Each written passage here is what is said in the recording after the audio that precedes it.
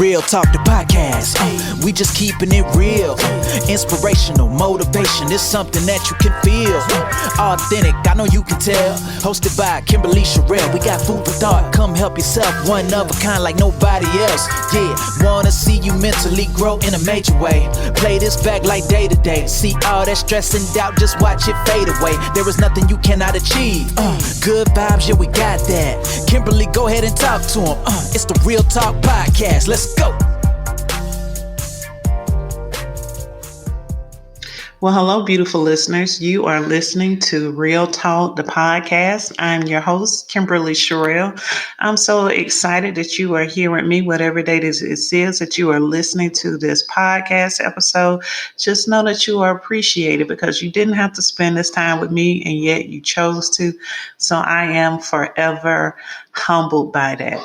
Make sure you tune in every Thursday for new episodes of Real Talk, the podcast. So once again, I'm sure you guys know, I'm so excited because I have someone in my guest chair. You guys know I love those real conversations. They're always full of so many nuggets. And I'm not talking about gold nuggets, but nuggets of wisdom. So I have with me in my guest chair today, none other than Tonya R Moore, who is a phenomenal author amongst many other things. So let's get started. Hi, Tanya. Hi there, Kim. How are you? I'm great. How are you doing? I'm great. So tell the beautiful listeners of Real Talk, the podcast, a little bit about you. All right. I would love to. And thank you for inviting me to be a guest speaker with you today. Again, as Kim already introduced me, I'm Tonya R Moore. I am a 2-time best-selling author of 2 amazing anthologies. And I am producing an anthology this year myself. All right. So your anthology project that you're currently working on is all about wearing confidence. Can you tell us a little bit about that? Yes. My anthology is called Wearing Confidence, Why My Bald is Beautiful. And it is an anthology that will introduce the world to 10 or 12 other amazing women who struggle with hair loss issues due to alopecia. They have accepted their fate with alopecia. They have suffered in silence for many years. And it is not until now that they want to open up and just share their stories in the hopes that it can inspire other women to open up and embrace the skin they're in. Oh, wow. So when did your journey with alopecia start?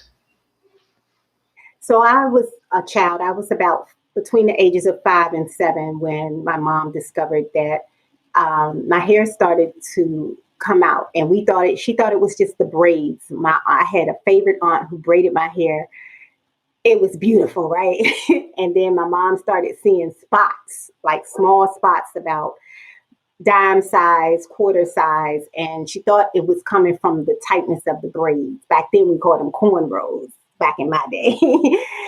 And so then she, seek medical attention. Okay.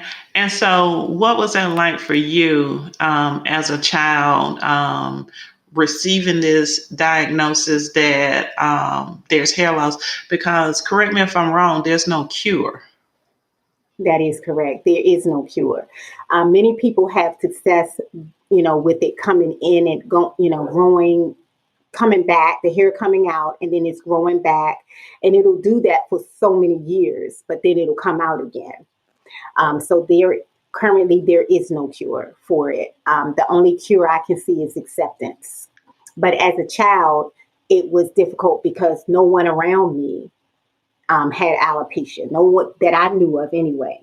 And then they even diagnosed it immediately as male pattern baldness in a 5-year-old. Like, come on. Male pattern baldness? Yes. Yes, Wow. that was the first thing because they didn't see that in such a young child at that time. So what is the cause? Is that known?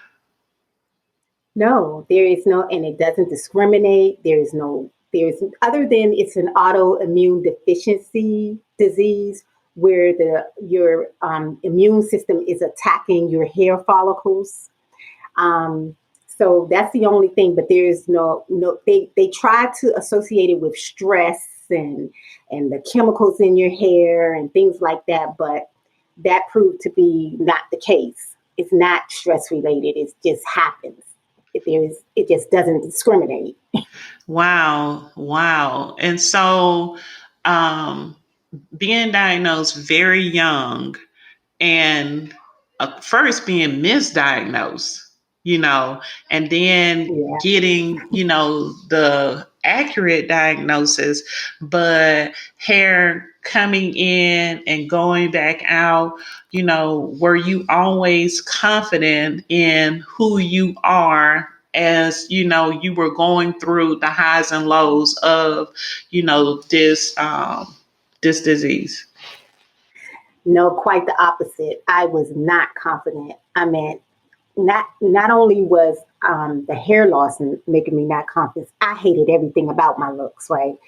But starting with the hair, the hair loss. I mean, I hid in the background. I wasn't outgoing. I didn't do things that I wanted to do because I didn't want to.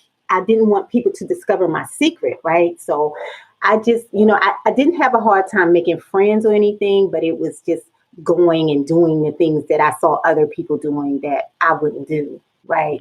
I mean, even simple things like riding a roller coaster, right? Because you know, because of the way my hair was, I had hair, but if it, went up in the air or something, or it got messed up, you could see that it was spots. So I was doing everything to not let that happen, right?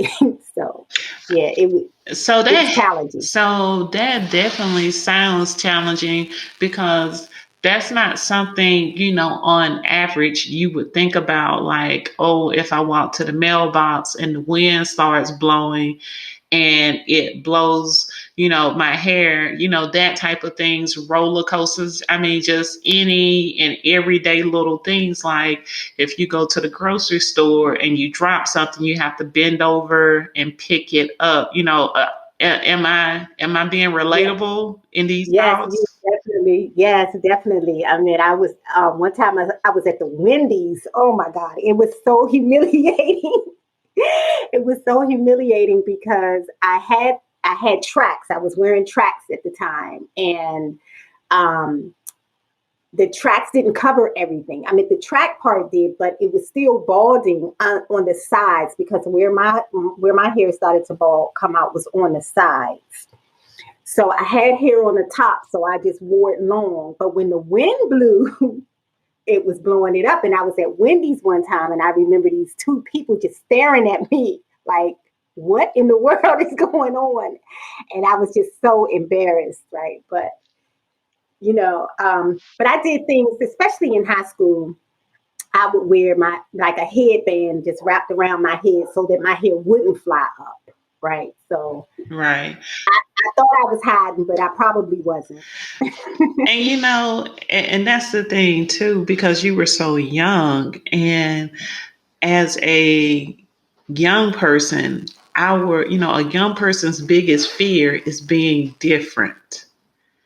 A young person's biggest fear is Absolutely. being different. Nobody wants to Absolutely. be different, and that comes in so many different ways. If all the cool kids in your school are wearing Nikes, you don't want to be the one wearing Reeboks. If all the girls have, long, pretty hair, you don't want to be the one without. And, hair care has come a very long way in the last 10 years. But, 15 years ago, hair pieces Yeah. do not Yeah. look the way they look now. They're very Yes. realistic looking now, but I can just remember being a young girl, and I swear every elderly person had the same.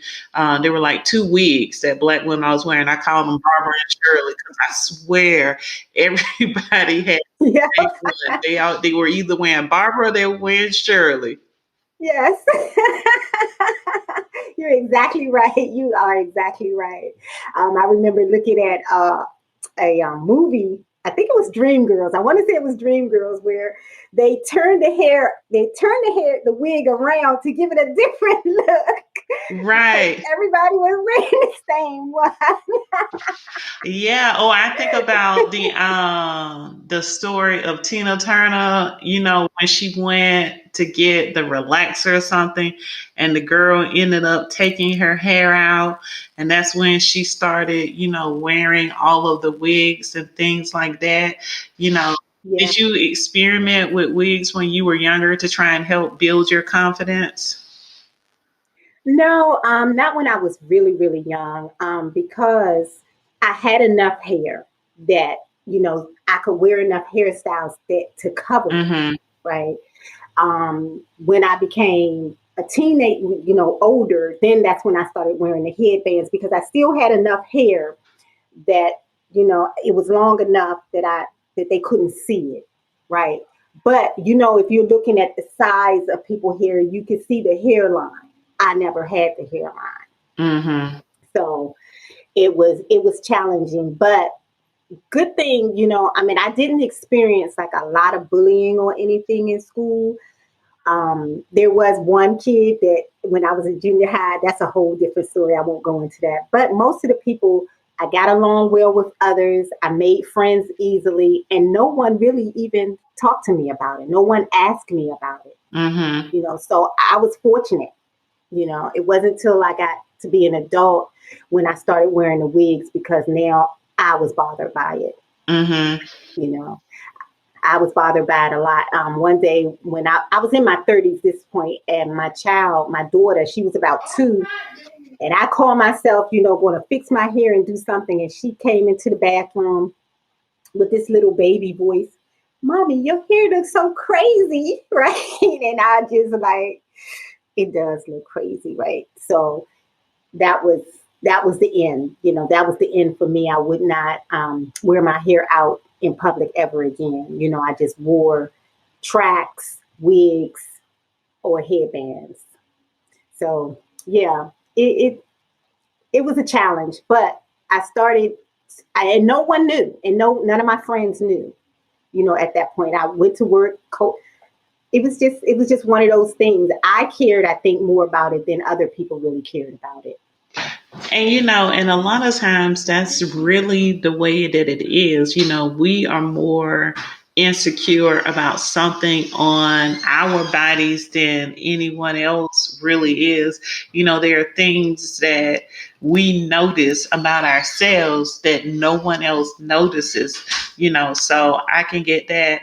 And I wanted to ask you before we move to the next part, just because this is one of the things that I've kind of discovered. While we are really big critics, and you say, you weren't really bullied, I was going to ask who, in your experience was, I would say, probably less sympathetic or empathetic to your situation, of the children or adults. Because I was having a conversation with someone else earlier, and I remember in high school, just kind of rolling back, some of my biggest critics were teachers, not necessarily other students.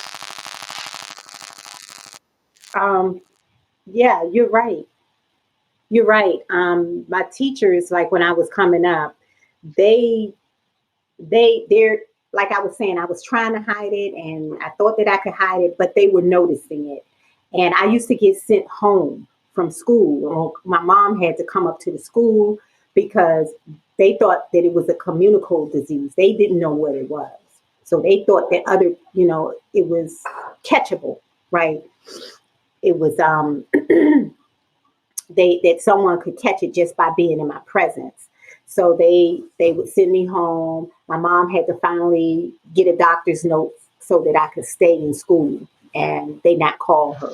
Wow. They thought that it was contagious, and they were sending you home off of their non medical degree because, wow. Yeah, so that was a challenge because, you know, um, because it didn't make me feel good. Again, like you were talking about the different, being different. Okay, so now I'm different. Now I'm being singled out. Now, now other people notice, right? Right. Every people, but the kids were, it seemed like they were okay. It was the adults. Yeah. And and people, I really want you guys to think about this. Being different, it really has an effect on children, and it can be anything. I remember my first female best friend that I made. She was different because she was severely diabetic, and she had to go take insulin shots. And back then it was one of those things where you get called out of class every day to go take your medicine, and that was a big deal because that meant she was different. She had to go and get her blood sugar checked and all of those things. And I identified with that because I was severely asthmatic. And so I found sort of like a sisterhood in her because it was like, okay, now I'm not the sickest kid in the room. So, it's definitely something as a parent now that when my kids are talking about somebody being different, I ask them different how? Well, what does different mean? you know are they Yeah. are they still equal to you? And they're always like, yeah, she just has a different accent, or he just does this. And we talk about it because I want them to understand that different is okay. Different is definitely okay. And that's a good lesson for kids to learn because, I mean, we're kids and we're curious, right? We want to know why they're different Right. sometimes. Right. And and I think that, and you make a great point in that. And sometimes we shush kids when we shouldn't. They're asking questions and they will say it in a boisterous way, and they're not necessarily trying to be disrespectful. They're curious. They want to know, well, why you look like this? Why do you sound like this? They'll say that you sound funny, you look funny. That's their way of expressing curiosity, and that's a perfect moment to teach. Yes, those are teachable moments. Now, we might want to we have to do it in a careful way, but we should not shush them. You're exactly right. I mean, because after a while, I didn't mind when people asked me. I mean, even with the vitiligo, I don't mind when people ask me because those are things that, one, I have no control over. I have no control over the alopecia. I mean, if I did, I wouldn't have it. I have the vitiligo came when I was in my 40s, I think, early 40s or somewhere like that. And it just seemed like I woke up one day and it was like white paint was splashed all over the front of my body. And it was traumatic at first, right? But I started trying to hide it, but I couldn't, right? So it just had to come from me. I had to finally learn to accept the skin I'm in. This is me. I'm uniquely made. I'm made by God's design. And that's just the way it is, Right. and acceptance seems to be the only cure Right, for it. right, and and that's one of those things. I have a cousin who has vitiligo, and he's older than me. He's 10 years older than me, but I remember hearing the stories about at the time the treatment was he used to have to sleep under like special lights to help with hear his spots, Yeah, and he had a that's right. flare a few years ago, and I can't remember what he said the treatment was for. But I mean, there at a certain point, Tanya, you just had to accept that you were not meant to Exactly. blend in. That's right. I was meant to stand out. And that's why I am writing this book. Because I used to think that God was punishing me. I would say, cry, God, why are you punishing me? But then I realized God wasn't punishing me. He was preparing me, right? He was preparing me to be the voice for people who aren't where I am Right. yet. To say it's okay to look like this. It's okay because I made you like this. And they need to accept who God has made them to be.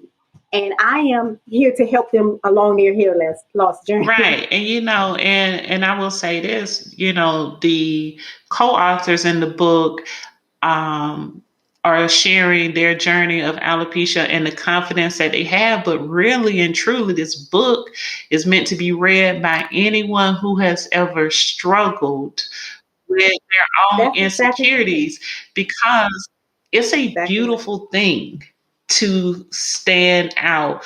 People love to make the comment to me, you something else, you something else. I said, wonderful. Because when you go into a glass menagerie shop, there are so many beautiful things and you can identify them. Oh, that's a carousel. Oh, that's a vase. But there will be something that's beautiful and you love it, but you don't quite know what it is. I'm always striving to be that item in the menagerie shop. I don't want you to be able to put me in a category.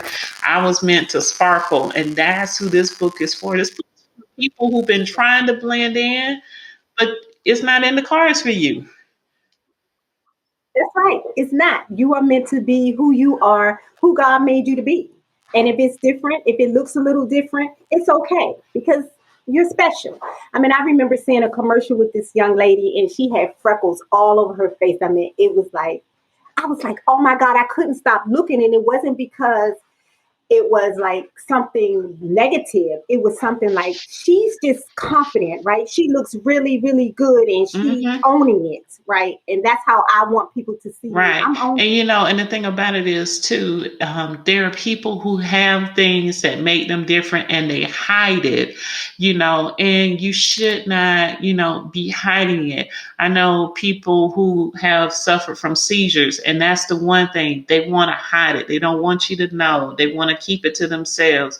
Even those things. I even have those struggles a little bit when I start working with new people talking about my asthma, because I I can have an asthma attack at any given moment. That is true. But what I can't stand is for you to fuss and flock around me with, oh my God, I'm sorry. I don't come down the hall today. I put perfume, all of that extra. Just let me, and I think that Right, that is right. part of it. So at what point, Tanya, did you just have the confidence and the acceptance of what, of how different you were meant to be, and that you just really, stood tall and proud? Yeah. So in my second anthology that I wrote the book is called Fiercely Speaking, and I wrote in there about my alopecia journey. So the young lady who was the visionary author to that, she was like, "No, you just gotta own this. You just gotta be you. I mean, you are beautiful. You are this. You are that." And I really didn't see it. Right? I didn't see what she saw. And then after I got to writing it, and I started expressing it, it started just to becoming a reality. Right? That this is nothing wrong with it. I am who I am, right? I can stop looking in the mirror and finding all my flaws. I can start looking to see all what's right? This is right. Don't nitpick, right? This is just who you are. And those things that you're nitpicking, they make you who you are. They make you unique. So just accept and embrace that. So it was during that book in 2018, I think it was published then. But while I was writing it, I came to the realization that yes, I'm going to own this. This is who I am. This is who I'm meant to be. And I'm really regretting that I did not do that a long time Mm-hmm. ago, right? It didn't happen until I was in my 50s. So it was like, wow. If I had only done that at 18 years old, how much better could life have been for me? Mm-hmm. Yeah. You know, but I can start that day and move forward with the rest of my life, embracing it, Well, accepting it. the thing about it is, though, is that you didn't find out too late. You didn't embrace it too late, because Yeah, you're going to live a very long life. So I mean, you have another I hope 40 or so. 50 years to walk around being Yes. confident and having as much sass as you desire about your uniqueness, you know, to carry that. And it, I think we all kind of look back and wish that we had knew something, back then we know now. But I am a firm believer that we always end up where we're supposed to be anyway. You know, Yep, and that is you true. don't know how that may have put you on a different course. At that time, there's a movie, old movie, Gwyneth Paltrow, Sliding Doors. Have you ever seen it? Um, Yes, I can. Yes, I do. I don't know. Sliding What's the name of Doors. it again? I'm not sure I've seen This that. movie I watched it. I want to say it was early 2000s when the movie came out, like 2000 to 2003, somewhere in there. But Gwyneth Paltrow, it shows two sides of her life, one where she catches the train and one where she misses the train. And what's interesting is that it shows two different paths of her life. When she catches the train, she makes it home in time. She catches her boyfriend cheating on her and she dumps him and moves on with her life. The other one where she misses the train, she doesn't catch him, and you're watching this whole thing like, oh my God, you could be living this, this life that's much better. But by the end, she still ended up where she was supposed to be. And I'm a firm believer in that. It would be great that I knew everything at the age of 40, that I know now if I knew it at 20. But that probably would have put me on a different path. Yeah, different path. Yeah, and I definitely agree. I think that life is like a fork, right? If you go this way, this will happen. If you go this way, this will happen. It might be the path, the different paths you take, but at the end, you're going to be at the same place. You just Right. taking two different paths Right. to get And, there. and all of the things, that, because it does not sound like you spent, your 20s and 30s, hiding in a corner somewhere. It sounds like, you have still been living and enjoying life. So that's a beautiful Yeah. thing too. Yes, I have, but at the same time, when I say I was hiding, it was like I was sitting in the back of the room, right? But I wasn't so of an introvert that people couldn't talk to me. People couldn't, you know, it was just that I myself, it was a subconscious thing. It was I'm sorry, a conscious thing that I was doing. I was thinking everybody was looking. I was thinking everybody was, saying things or doing things or whatever. And it wasn't. It was just me Right. thinking. And and it's one of those things too. And this is funny to me because I never realized that I had very thin eyelashes until my daughter was like, I'll do your lashes for you. And then after I saw them, I was like, oh my goodness, this is so great. And and then guys are always saying, though, I've never looked at a woman and been like, oh my God, she has the best eyelashes. I need to talk to her. You know, That is exactly right. That is exactly right. No one has ever said those words. Right. And so it just really became something that in my mind, it was like after the first time I had my lashes done, after that, I felt like everybody's staring because, my lashes are so thin and they're almost not there. And I already have the eyebrows that barely grow. But it's just all in my head. It's Okay. totally, totally in my head. So you are still Yep. accepting authors for this anthology project. So who Yes. who is a perfect candidate to Who be is a it? co-author in this anthology?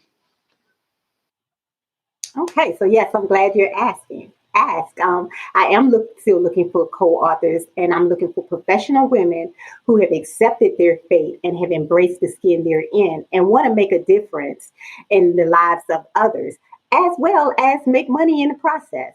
So it's a win-win. I know a lot of people who decide and they're like, I want to do something for others. I want to do something for others, and I want to do something for myself too.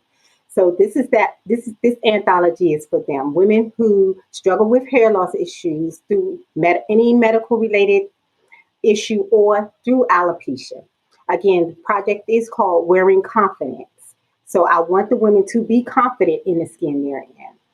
Why my bald is beautiful. All right. So, listeners, if you are interested, this is definitely the time to reach out and get more information on how you can join the project. So, Tanya, will you tell everyone how they can connect with you if you're on social media?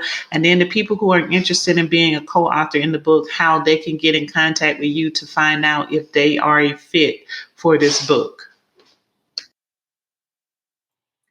Okay, so I you can email me. Well, one, I'm my social media is Tonya Renata Moore. I'm on Facebook, and I have a group on Facebook called Wearing Alopecia with Style. You can request to join, and to email me to get more information. You can email me at Tanya Tonya at TanyaRenataMoore.com. That's TonyaRenadaMoore.com. All right. Well, that is exciting. I can't wait for this book to be out because I know the stories are going to be very inspiring. You know, if all the co authors are as confident as you, there's definitely something in this book for everyone to learn from. Yes, ma'am. Exactly. And I'm looking forward to it. I am so excited. And I want to thank you again for Well, allowing thank me you to be so here with much. you. Well, listeners, once again, time just flew. You know, conversations are always so rich that I blink and our time together is up. So, again, beautiful listeners, I just want to say to you, thank you so much for listening to this episode of Real Talk, the podcast. I am your host, Kimberly Sherrill, and I had with me today none other than Tanya Renata Moore. So make sure you guys look her up on social media and connect with her. So, beautiful listeners, once again, thank you so much for being here. You could have been anywhere else, but you decided to spend this time with me. And for that, I am eternally grateful. Make sure you tune in next week for a brand new episode of Real Talk, the podcast. And in between time, remember to do what? Stay real. Bye, beautiful people.